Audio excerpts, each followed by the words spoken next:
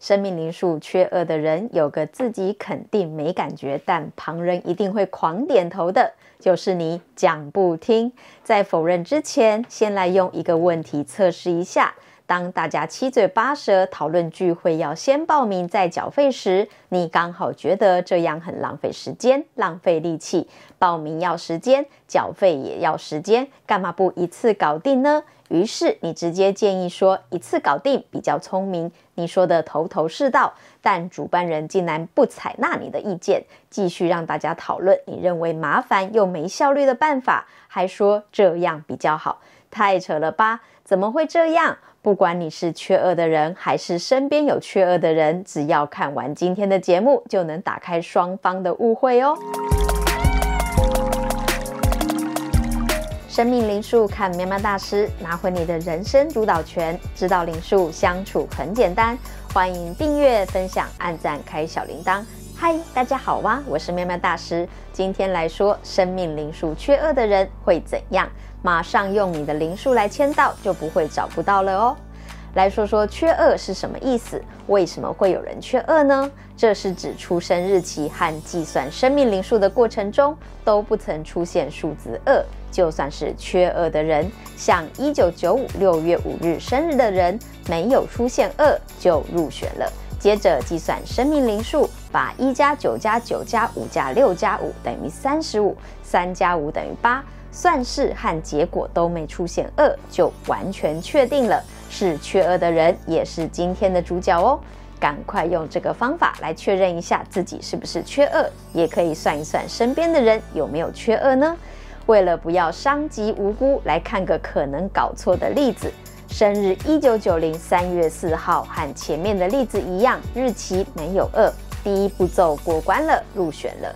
再来计算生命灵数，把1加9加9加0加3加4等于26，再把2加6等于8的8号人。乍看之下，1990 3月4日生日的8号人是缺2的，但其实不是哦。计算过程出现的数字26有2，26被称为剧本数，对个性有很强的作用力。就算只有一个2，也不能小看它具备的实力，所以不能只看日期就宣布缺2哦。那么先来认识生命灵数的2代表什么吧。数字2最简单的说法就是体贴。体贴是什么？是一种发自内心的温柔与关怀，超越了表面的礼貌。核心是具备同理心，能够设身处地为他人着想，理解对方的需求、感受和潜在困难。体贴是愿意放下自己的本位主义，去关注和满足对方的需求。所以体贴的表现不会大辣辣的吸引人注意，往往藏在细节之中，之后回想会被再次感动。这让被感动的人很愿意再次与体贴的人互动。数字2的特色有点像是一种超能力，在他人开口前就察觉到对方可能需要帮忙，例如递一杯水给旁边的人，主动帮忙开门，说话时会注意措辞，避免让对方感到压力或难堪，在对方状态不佳时提供适当的倾听和支持。数字2最厉害的地方是，即使意见不同，人愿意理解对方背后的原因和动机，给予空间。因此数字2很多的人，或是2号人，常常是团体里温和低调但人缘非常好的人。重点来了，那么缺2的人会怎么样呢？没有体贴的能力就很自私吗？当然不是，体贴还是在，但会有点问题。请把数字2的体贴想象成人际关系的雷达，有2的人是在出生时选择把总开关打开了，缺2的人是在出生时直接把总开关关掉了，导致这个雷达在开机之前就是不能用的。每次想要体贴别人，必须花点时间准备，要先开机启动后才能用，这就是缺2的状态。因为你在出场前把体贴雷达直接关掉了，这可是你灵魂设计好的预设值哦，没想过吧？灵魂竟然会整自己，难道缺2有好处吗？有的，这留在会员福利里面说，有兴趣的朋友可以按加入。让我们回到主题，继续用前面的例子来说明。有2的人，你的雷达随时都在开机状态，但缺2的人除了要从开机开始，系统还会不稳，时不时还有干扰的杂讯出现，可能让你搞错重点。严重的时候，把善意看成敌意，是不是就糟了呢？看着所有人和乐融融讨论着即将举办的活动，缺2的人肯定是很想加入的，所以拉长耳朵注意听，发现大家在报名和缴费的问题遇到困难了。为了抓住表现机会，就一股脑地说了一整套的计划。你以为会被称赞，但大家却用微妙的表情看着你，让你忍不住和所有人开始辩论起来。你觉得自己很有把握时，主办人提议大家表决，没想到很瞎的原案竟然一致通过，让你很不开心。更傻眼的是，大家认为你听不懂人话，讲不听。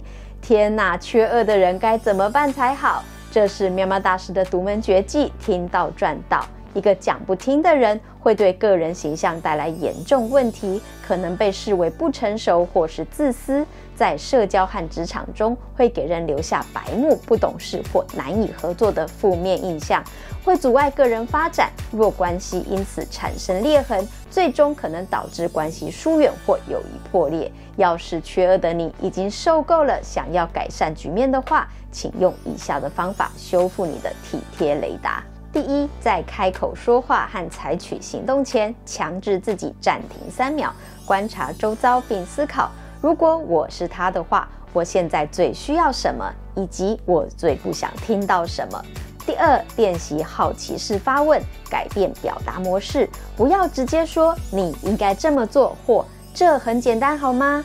改问你希望我怎么帮你呢？是不是感觉不一样？第三，将体贴变成可以和每个人互动的行动，像主动问同事下次开会需不需要帮忙印资料呢？只要转一个弯，你的体贴就有表现机会了。用3个步骤打开体贴雷达，需要一点练习。缺2的人，请把这3个步骤变成你的习惯，因为你很习惯从自己的角度出发，甚至固执地认为自己觉得好的就是对的，将自己的想法、习惯或行程强加于人，不给对方选择或调整的空间，导致其他人会认为你为了自己的方便而让别人承担不必要的麻烦，随意干扰他人的工作或休息。要是你的口才又很好，大家发现根本讲不赢你，才会用讲不听3个字来形容你了。相反的，要是你的身边刚好有缺2的人，常常都讲不听，让你心累了，为了有安稳的好日子，你也可以用这3个步骤引导缺2的人进化哦，看看他是在第几个步骤卡关，好协助他破关。例如，人一来就直接插话，那就请他先观察再说话。若是一开口就是你应该如何的命令语气，那就反问：我可以请你帮我做这件事吗？因为缺2的人对他人的状态和需要很钝感，直接请他帮忙，要不要都能直接画上句点哦。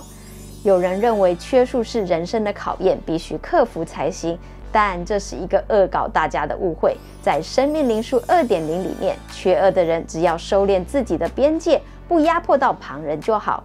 对你来说可能不相信，其实缺2是有好处的，因为你有自己的主张和想法，不容易被影响，不会因为团队的压力而自我放逐被牵着走。既然如此，缺2的人只要把旁人不舒服的部分用这些方法调整修正到大家可以接受的程度就好，只要你被大家接纳了，就是了不起的进步哦。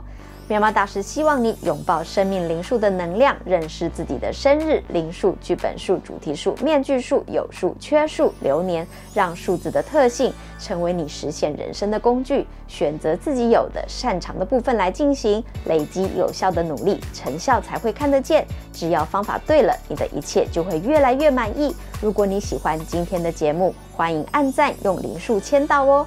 如果你想知道缺2的灵魂到底想要什么，欢迎加入会员，只要每月请我喝1杯咖啡的钱，就能看到开启会员以来全部的5次元讯息哦。